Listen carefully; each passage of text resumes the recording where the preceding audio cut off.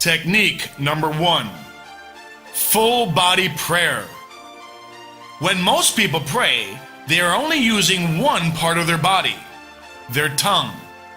In full body prayer, you use everything.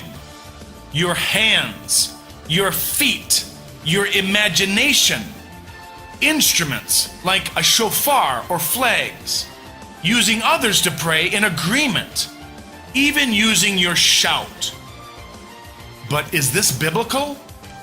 Let's look at Exodus 17:11, where it says, "As long as Moses held up his hands, the Israelites were winning. But whenever he lowered his hands, the Amalekites were winning."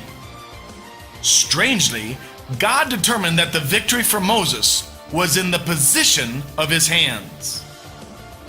And do you remember the Jericho shout? Let's look at Joshua 6:20. When the trumpet sounded,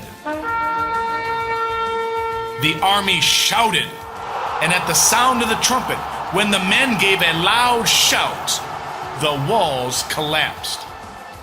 So everyone charged straight in, and they took the city.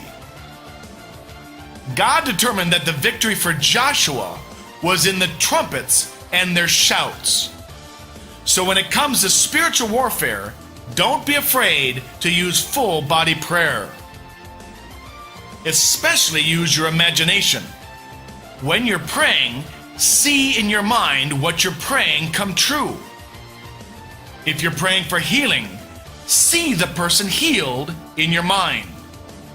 If you're praying for deliverance, see the demonic enemy being thrown down and crushed.